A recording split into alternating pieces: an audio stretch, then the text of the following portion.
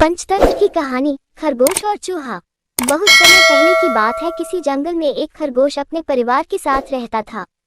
खरगोश जहाँ रहता था वहाँ आसपास बड़े जानवरों की संख्या ज्यादा थी। खरगोश और उसका परिवार हमेशा इस बात से डरे हुए रहते थे कि कोई जानवर आकर उन्हें नुकसान न पहुंचा दे। उन्हें अपने घर के आसपास जरा भी हलचल सुनाई देती थी तो वो झट से अपने बिल में छुप जाया करते थे।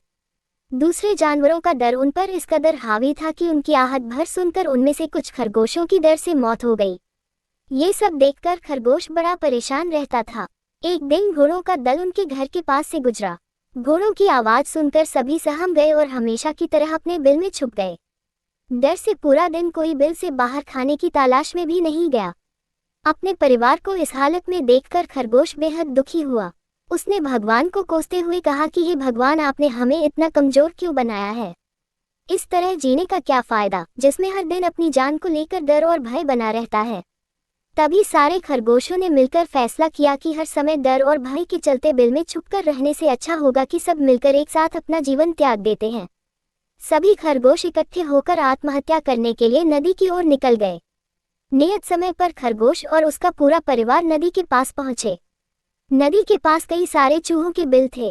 जब चूहों ने खरगोशों को आते देखा तो वो सभी डर गए और इधर उधर भागने लगे।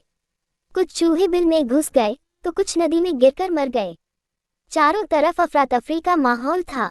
ये पूरा वाकया देखकर खरगोश दंग रह गए।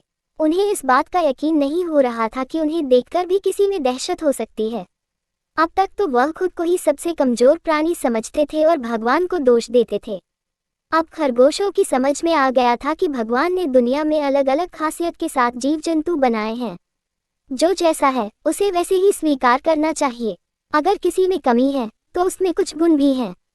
हर किसी में एक जैसे गुण नहीं हो सकते। ये समझने के बाद खरगोश और उसका परिवार घर वापस लौट गए। कहानी से सीख, प्रकृति ने सभी को शक्तिशाली बनाया है। बस फर्क इतना है कि सभी अलग अलग क्षेत्र में अव्वल होते हैं। इसलिए हमेशा कमजोरी से भागने की जगह उसे ही अपनी ताकत बनाएं।